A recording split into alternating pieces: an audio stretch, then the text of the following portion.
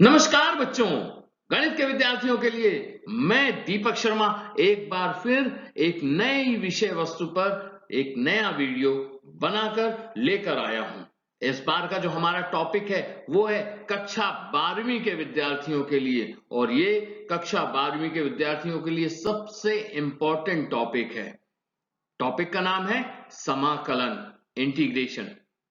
इस टॉपिक को या इस पाठ को हमने 3 से 4 वीडियो में पूरा कवर करने का प्रयास किया है। आशा है आपको मेरा ये प्रयास पसंद आएगा। यदि आपने अभी तक मेरे चैनल को सब्सक्राइब नहीं किया है तो जल्दी से मेरे चैनल को सब्सक्राइब कीजिए, बेल आइकॉन को दबाइए ताकि आपको मेरे आने वाले वीडियोस सबसे पहले प्राप्त हों। तो बच्चों, बड़े ध्यान से पढ़ना, क्योंकि ये आपके लिए आगे भी स्टडीज में काम आने वाला टॉपिक है। इसका सबसे ज्यादा आप उपयोग करेंगे, तो ध्यान से देखिए और बने रहिए मेरे साथ वीडियो के अंत तक। तो चलिए हम शुरू करते हैं समाकलन भाग 1। बच्चों, पिछले वीडियो में हमने पढ़ा था अवकलन क्या है और किसी फलन का अवकलन किस प्रकार से ज्ञात किया जाता है। अब हम पढ़ेंगे समाकलन के बारे में। तो सबसे पहले हम ये देख लेंगे समाकलन क्या होता है। तो समाकलन को हम इस प्रकार से भी परिभाषित कर सकते हैं कि किसी फलन के अवकलन ज्ञात करने की प्रतिलोम संक्रिया को समाकलन कहते हैं। किसे समाकलन कहते हैं? अवकलन ज्ञात करने की प्रतिलोम संक्रिया को समाकलन कहते हैं। इसे हम क्या कह सकते हैं? प्रति अवकलज भी कह सकते हैं। ठीक है, इसे हम इस चिन्ह द्वारा प्रदर्शित करते हैं। यहां पर एक चिन्ह आपको दिख रहा है, इस चिन्ह के द्वारा हम इसे प्रदर्शित करते हैं और इसे हम लिखते हैं समाकलन fx dx। यदि हमारे पास कोई फलन gx है जिसका अवकलन fx के बराबर है, मतलब d बटे dx ऑफ gx बराबर fx है, तब gx को फलन fx का प्रति अवकलज कहते हैं। और इसे हम इस प्रकार से लिखते हैं कि इंटीग्रेशन ऑफ fx dx या fx का समाकलन बराबर होगा gx प्लस c, जहां c एक स्वेच्छ अचर है। तब हम इसे कहते हैं कि फलन fx का x के सापेक्ष समाकलन gx होगा। फलन fx का x के सापेक्ष समाकलन gx प्लस c होगा। ठीक है, एक उदाहरण ले लेते हैं। हमने यहां पर एक उदाहरण लिया हुआ है cos 2x, जिसका हमें प्रति अवकलज ज्ञात करना है। cos 2x का अगर हमें प्रति अवकलज ज्ञात करना है, इसका मतलब हमें एक ऐसा फलन ढूंढना होगा जिसका अवकलन cos 2x है। अवकलन की परिभाषाओं से हम जानते हैं कि d बटे dx ऑफ sin 2x बराबर होता है 2 cos 2x होगा। sin 2x का cos 2x और 2x का 2। ठीक है, इसका मतलब हम इसको ऐसा भी लिख सकते हैं 1 बटे 2 d बटे dx sin 2x बराबर cos 2x। अवकलन में हमने पढ़ा था कांस्टेंट को हम अवकलन से बाहर कर सकते हैं और कांस्टेंट को अंदर भी ला सकते हैं। तो हम इसको अंदर ले आए, तो d बटे dx ऑफ 1/2 sin 2x बराबर cos 2x। इसका मतलब cos 2x का प्रति अवकलज 1 बटे 2 sin 2x होगा। ठीक है, अब हम देखते हैं अनिश्चित समाकलन। यदि कैपिटल fx का अवकल गुणांक स्मॉल fx है, तब fx plus c, capital fx plus c का अवकल गुणांक भी fx स्मॉल fx होगा, जहां c एक स्वेच्छ अचर है।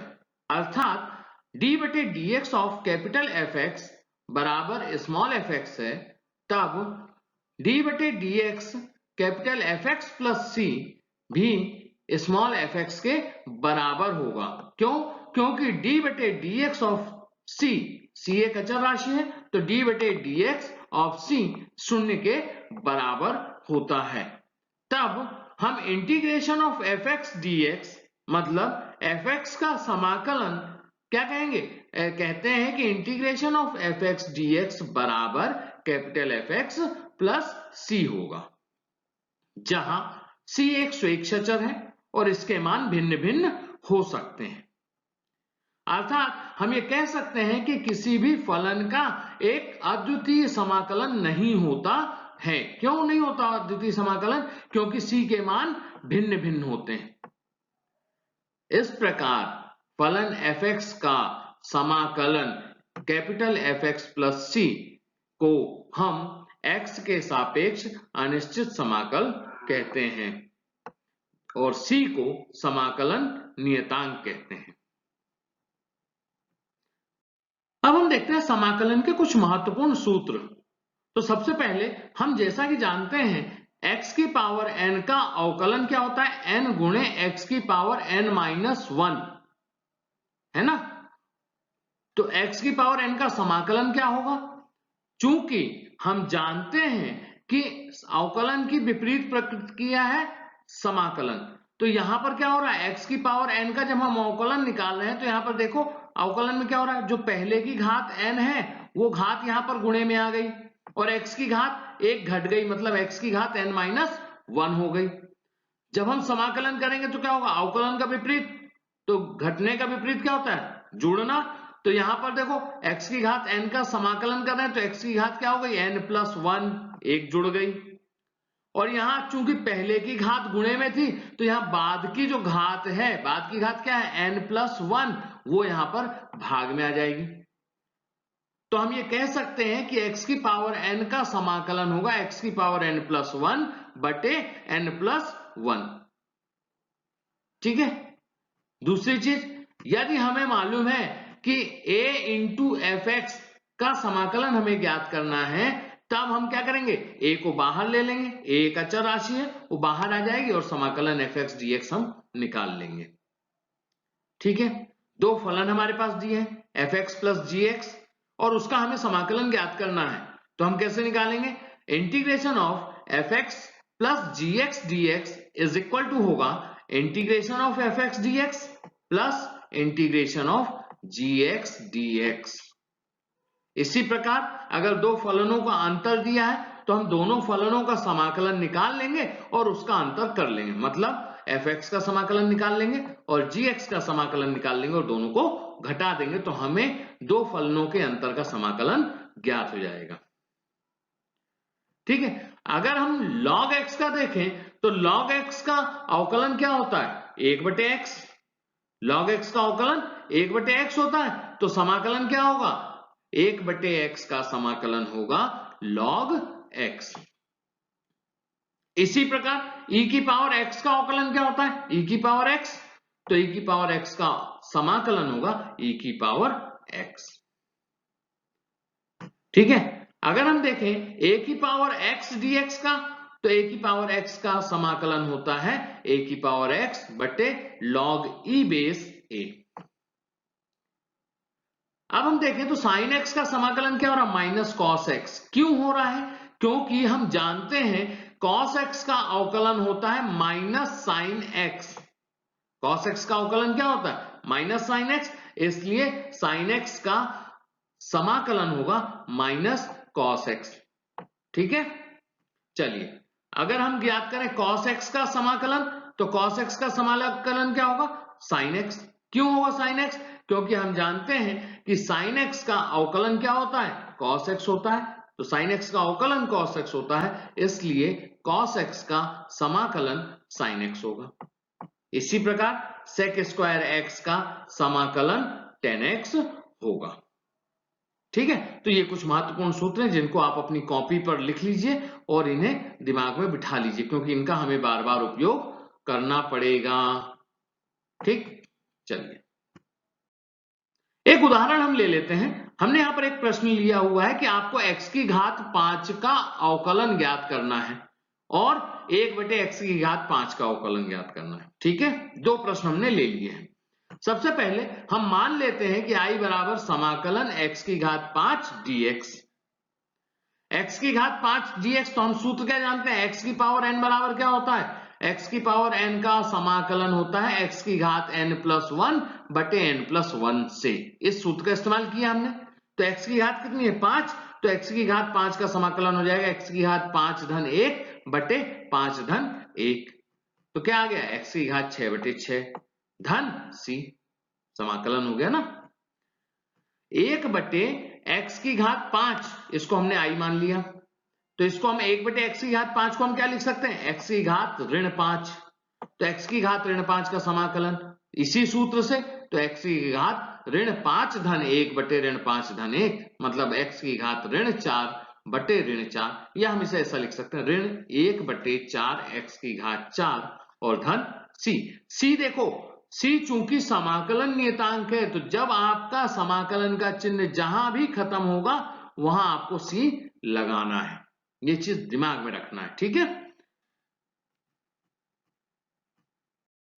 कुछ अन्य महत्वपूर्ण सूत्र जिन्हें हम प्रति अवकलज की सहायता से निकालेंगे, मतलब अवकलन का प्रतिलोम है ना, प्रति अवकलज होता है, तो यहां पर जैसे हम देखें तो cot x का अवकलन क्या होता है, माइनस cosec स्क्वायर x, तो cosec स्क्वायर x का समाकलन होगा माइनस cot x, ठीक है। इसी प्रकार से tan x का समाकलन होगा log sec x और cot x का समाकलन होगा log sin x, ठीक है। और देखें हम तो sec x tan x किसका अवकलन होता है, sec x का, तो प्रति अवकलन से क्या हो जाएगा, sec x tan x का समाकलन sec x होगा। इसी प्रकार cosec x cot x का समाकलन माइनस cosec x के बराबर होगा, ठीक है। अब हम देखें तो इनवर्स ट्रिग्नोमेट्री के सूत्रों का अवकलन हमने निकाला था। साइन इनवर्स का अवकलन क्या था, 1 upon under root 1 minus x square, तो 1 upon under root 1 minus x square dx का समाकलन साइन इनवर्स x होगा। इसी प्रकार अगर हम -1 upon under root 1 minus x square का समाकलन निकालेंगे तो ये होगा कॉस इनवर्स x, ठीक है। इसी प्रकार हमने टेन इनवर्स x का अवकलन क्या निकाला था, 1 बटे 1 धन एक्स स्क्वायर, तो 1 बटे 1 धन एक्स स्क्वायर का समाकलन मतलब integration of 1 upon 1 plus x square dx, ये होगा टेन इनवर्स x के बराबर। तो इसी प्रकार क्या होगा, -1 अपॉन 1 प्लस एक्स स्क्वायर का समाकलन कॉट इनवर्स x के बराबर होगा।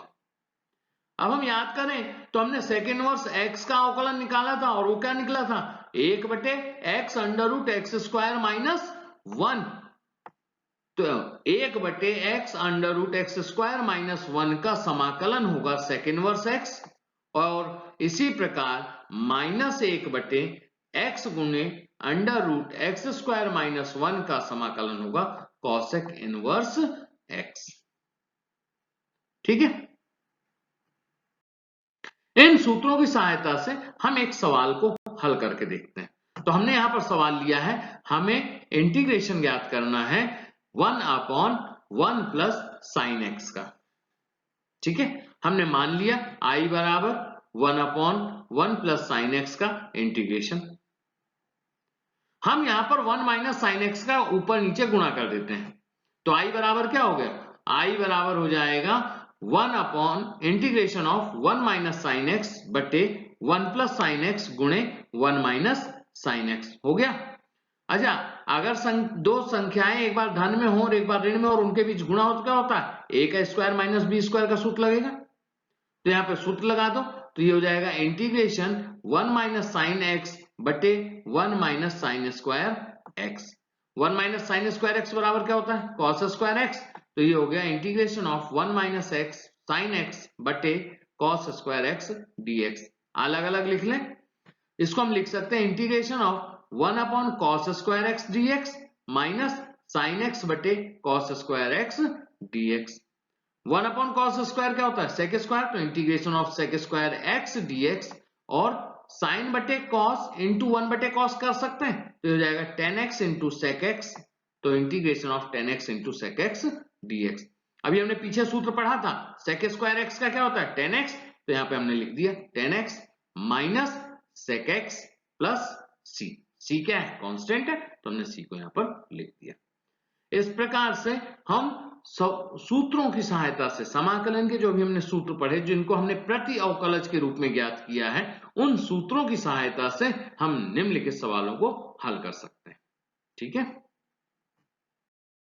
अब हम पढ़ रहे हैं समाकलन को ज्ञात करने के लिए किन किन विधियों का उपयोग किया जाता है। तो सबसे पहले जो विधि हम प्रयोग करेंगे वो है प्रतिस्थापन विधि, सब्स्टिट्यूशन मेथड।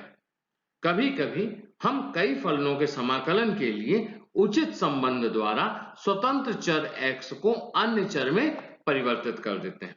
कैसे करते हैं? तो मान लेते हैं कि हमारे पास कोई फलन fx है जो चर x का एक फलन है और I बराबर हमें ज्ञात करना है इंटीग्रेशन ऑफ fx dx। तब हम x को चर t के फलन में परिवर्तित कर देते हैं। मान लेते हैं कि x बराबर gt, x बराबर gt ले लिया तो हम अवकलन कर दें तो dx बराबर क्या आ जाएगा? dx बराबर आ जाएगा d बटे dt of gt into dt।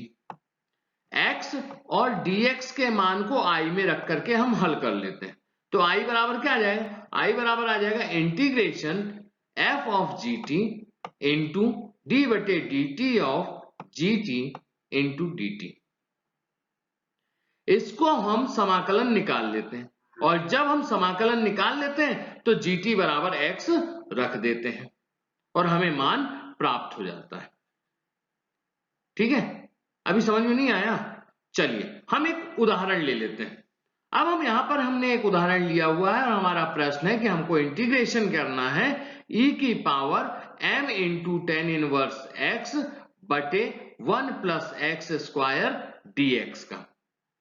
तो हमने मान लिया, माना I बराबर इंटीग्रेशन e की power m tan inverse x बटे 1 प्लस एक्स स्क्वायर। प्रतिस्थापन विधि में हम सबसे पहले ध्यान रखते हैं कि जिस फलन को हम मान रहे हैं उसका समाकलन हमें यहां पर दिया होना चाहिए। तो हमने मान लिया टेन इनवर्स x बराबर t। टेन इनवर्स x बराबर t मानेंगे तो क्या हो जाएगा? 1 प्लस एक्स स्क्वायर है ना, तो टेन इनवर्स x का अवकलन कर दें तो टेन इनवर्स x का अवकलन क्या होगा? d बटे dx of tan inverse x बराबर dt बटे dx। ये टेन इनवर्स x का अवकलन क्या हुआ? 1 प्लस एक्स स्क्वायर। तो 1 प्लस एक्स स्क्वायर बराबर dt बटे dx। dx का गुणा कर दिया तो 1 plus x square but into dx बराबर क्या हो गया? dt। ये यहां पर है मान, तो I में हम इनके मान रख देते हैं। तो I बराबर क्या हो गया? इंटीग्रेशन ऑफ e की पावर mt इंटू dt। अब हमारे पास e की पावर mt है, e की पावर x का क्या होता है? समाकलन e की पावर x, तो e की पावर mt का समाकलन e की पावर mt और mt का m, और m कहां आएगा? 1 बटे m में आएगा। क्यों? क्योंकि अवकलन की प्रतिलोम संक्रिया है ना, प्रतिलोम संक्रिया है तो m अवकलन में गुणे में आता, यहां पर क्या होगा? बटे में आएगा। तो ये हो गया 1/m e की पावर mt और प्लस समाकलन नियतांक c। अब हमने क्या कहा था? t का मान रख दे, तो t का मान कितना है? टेन इनवर्स x, तो I का मान आ गया 1 बटे m e की power m tan inverse x plus c। ठीक है, तो इस प्रकार आप प्रतिस्थापन विधि से आसानी से सवालों को हल कर सकते हैं। ठीक है, अब हम प्रतिस्थापन विधि की सहायता से हमारे कुछ सूत्र जो हमने पीछे लिखे हुए थे उन सूत्रों को भी सिद्ध करके देख लेते हैं। जैसे हमारा सूत्र था, हमने इंटीग्रेशन ऑफ 10x निकाला था, यहां पर हम सिद्ध करते हैं इंटीग्रेशन ऑफ 10x dx का मान क्या होगा, ये निकाल करके देख लेते हैं। ठीक है, तो हमने ले लिया, मान लिया कि I बराबर integration of 10x dx। 10x को हम क्या लिख सकते हैं? साइन x बटे cos x, तो हमने यहां पर लिख दिया इंटीग्रेशन ऑफ साइन x बटे cos x dx। अब हमने क्या मान लिया? cos x को t मान लिया। cos x को t माना तो क्या होगा? माइनस साइन x dx बराबर क्या हो जाएगा? dt, है ना, माइनस साइन x dx बराबर dt या साइन x dx बराबर माइनस dt। हम मान रख देते हैं तो क्या हो गया? इंटीग्रेशन ऑफ माइनस बाहर 1/t dt। 1/t का क्या होता है? log t, तो ये हो गया माइनस log t। अब हम क्या रखें? t बराबर क्या है? cos x, तो ये हो जाएगा minus log cos x। log minus log cos x को हम लिख सकते हैं log sec x, तो ये हो जाएगा I बराबर log sec x plus c। यही निकला था, पीछे सूत्र हमने लिखा है 10x का अवकलन क्या होता है? 10x का समाकलन क्या होता है? log sec x। इसी प्रकार इसी विधि का प्रयोग करके हम समाकलन निकाल सकते हैं cot x का, और cot x का समाकलन क्या होता है ये आपको हमने पहले भी बताया है, क्या होता है, log sin x plus c। ठीक है, अब हम कुछ विशेष प्रकार के समाकलन देखते हैं। पहला जो विशेष प्रकार का समाकलन है वो है integration of F dash x बटे एफ एक्स डी एक्स। इस समाकलन में अगर हम देखें तो हर में जो फलन दिया हुआ है उस फलन का अवकलन अंश में दिया हुआ है ना, एफ एक्स हर में फलन है, एफ डैश एक्स अंश में दिया हुआ है। तो इस प्रकार का समाकलन को हल करने के लिए हम मान लेते हैं कि हर में जो दिया हुआ है एफ एक्स वो बराबर टी के। तो माना एफ एक्स बराबर टी, तो F dash x, F x का अवकलन क्या होगा, F dash x, D x ये कहां चला जाएगा, डी टी में। तो जो हमारा फलन समाकलन दिया हुआ है कैसा दिया है, समाकलन एफ डैश एक्स बटे एफ एक्स डी एक्स, वो किसमें बदल जाएगा, समाकलन 1/t dt में। 1/t का इंटीग्रेशन क्या होता है, log t, तो ये हो जाएगा log t और प्लस c, t का मान रख दे तो ये हो गया log fx प्लस c। इस प्रकार से अगर हमें किसी भी कंपटीशन एग्जाम में इस प्रकार के सवालों को, इस प्रकार के समाकलनों को दिया जाता है, पूछा जाता है, तो हम सूत्र की सहायता से बिना हल किए सीधा लिख सकते हैं कि इस प्रकार के फलन का, इस प्रकार के समाकलन का मान जो होगा वो log of F X plus C होगा। एक उदाहरण देख लेते हैं हम। हमारे पास उदाहरण में है कि हमें जो मान याद करना है वो है sin x बटे 2 + 3 cos x का। हम देखें तो 2 0 हो जाएगा, 3 cos x का हो जाएगा sin x। तो हम देख लेते हैं, हमने मान लिया सबसे पहले i बराबर क्या हो गया, इंटीग्रेशन sin x बटे 2 + 3 cos x dx। ठीक है, अब हमने हर को t मान लिया, 2x 2 + 3 cos x बराबर t, डिफरेंशिएशन कर दिया, अवकलन किया, क्या मिल गया हमें, हमें अवकलन में मिला -3 sin x dx। 3 को बटे में ले गए तो sin x dx बराबर क्या होगा, -1/3 dt हो गया ना, -1/3 dt हो गया। इसका मान हमने रख दिया तो i बराबर हमको मिल गया -1/3 इंटीग्रेशन 1/t dt। तो इसका मान क्या हो गया, -1/3 log t हो गया, -1/3 log t plus c, t का मान रख दो, t का मान रख दिया, हमारा आंसर आ गया कि i बराबर क्या आ गया, -1/3 log 2 + 3 cos x plus c। ठीक है, इसी विधि का प्रयोग करके हम एक सूत्र बनाते हैं। अभी तक हमें sec x का समाकलन नहीं मालूम था, अब हम sec x का समाकलन ज्ञात करेंगे। तो sec x का समाकलन होता है integration of sec x dx बराबर होता है log tan of π/4 plus x/2, और यही बराबर होता है log sec x plus tan x के। तो अब ये हमारे पास फॉर्मूला आ गया, इसको हम डेवलप कर लेते हैं, कैसे आया ये फॉर्मूला ये हम देख लेते हैं। तो हम सबसे पहले मान लेते हैं, माना i बराबर integration of sec x dx, अंश और हर में हम sec x plus tan x का गुणा कर देते हैं। ठीक है, sec x plus tan x का गुणा किया तो i बराबर क्या हो गया, i बराबर हो गया integration of sec x into sec x plus tan x बटे sec x plus tan x, गुणा कर दिया हमने। तो sec x का गुणा sec x से हुआ तो ये हो गया sec स्क्वायर x, और sec x का गुणा tan x से हुआ तो ये हो गया sec x plus tan x बटे sec x plus tan x। ठीक है, अब हम क्या करें, हमने हर को t मान लेना है, तो हमारा हर क्या है यहाँ पर sec x plus tan x, तो हर को मान लिया हमने t, sec x plus tan x बराबर t। अब इसका अवकलन कर लें, अवकलन करने पर हमें क्या मिलेगा, d बटे dx of sec x plus tan x बराबर dt बटे dx, या इसी को हम लिख सकते हैं sec square x plus sec x tan x dx बराबर dt। मतलब इसका जो अंश था sec square x plus sec x tan x, ये कहां चला गया, dx के साथ dt में चला गया, है ना। तो i बराबर क्या हो गया, i बराबर हो गया 1/t dt। 1/t का क्या होता है समाकलन, log t, तो यहाँ पे आ गया log t plus c, log t plus c आ गया। इसका मतलब क्या हो गया, i बराबर log sec x plus tan x plus c। अब हमको ये ज्ञात करना है, तो इसको ज्ञात करने के लिए क्या करें, हम sec x को 1/cos x में बदल लिए और tan x को sin x बटे cos x में बदल लिए, लघुत्तम ले लिया तो हमें मिल गया 1 + sin x बटे cos x। अब अगर हम इसको π/2 के सेक्शन में तोड़ लें तो हमें मिल जाएगा log 10 π/4 plus x/2 plus c। ठीक है, आप इस तरीके से निकाल सकते हैं। इसी तरीके से हम cosec x का इंटीग्रेशन भी ज्ञात कर सकते हैं और हम यहां पर फॉर्मूले के रूप में देख लेते हैं cosec x का इंटीग्रेशन क्या होता है। तो integration of cosec x dx होता है log 10x/2 और इसी को हम कह सकते हैं log cosec x minus cot x।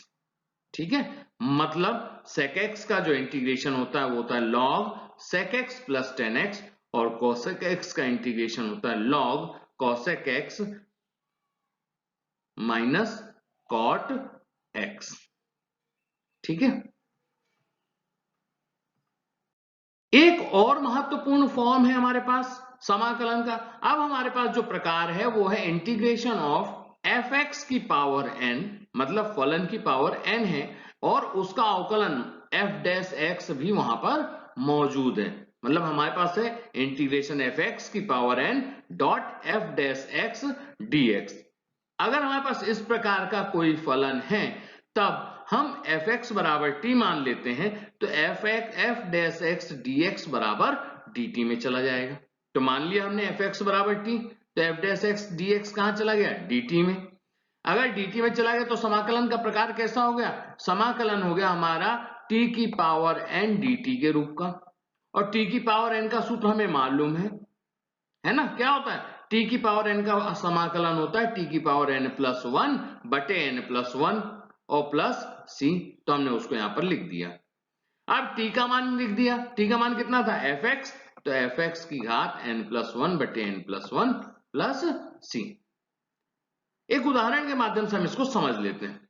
हमारे पास यहां पर प्रश्न है, आपको समाकलन ज्ञात करना है x प्लस 1 गुणे x प्लस log x के वर्ग बटे x का।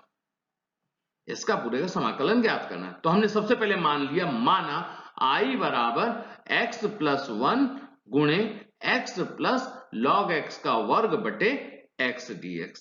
ठीक है, चलिए हमने जब इसको इतना मान लिया है तब हम क्या करें? x प्लस log x को t मान लें, क्योंकि इसी का घात n है तो इसको हमने t मान लिया। x का क्या होगा? अवकलन करके देखें तो x का हो जाएगा 1 और log x का 1 अपॉन x है ना, तो 1 प्लस 1 अपॉन x dx बराबर dt। लघुत्तम ले लिया तो क्या हो गया? x प्लस 1 बटे x, मतलब ये जो बचा हुआ हिस्सा है x प्लस 1 बटे x, ये कहां चला गया? dx के साथ dt में चला गया। तो हमारे पास क्या बचा? अब I बराबर बच गया t स्क्वायर dt और t स्क्वायर का सूत्र क्या होगा? 1/3 इंटू टी की पावर 3 प्लस c, है ना। अच्छा, t का मान रख दो, तो t का मान रख दिया तो हमारे पास उत्तर आ गया 1/3 x प्लस log x की पावर 3 प्लस c। ठीक है, तो बच्चों इस प्रकार हम विभिन्न प्रकारों और सूत्रों का उपयोग करके समाकलन को आसानी से हल कर सकते हैं। ठीक, अब हम अगले वीडियो में समाकलन के कुछ अन्य महत्वपूर्ण सूत्रों के बारे में पढ़ेंगे। तब तक आप यहां तक के पोर्शन का अभ्यास कीजिए और अगर मेरा ये प्रयास आपको पसंद आया है तो मेरे वीडियो को लाइक कीजिए, शेयर कीजिए और कमेंट्स कीजिए। तब तक के लिए जय हिंद, जय भारत।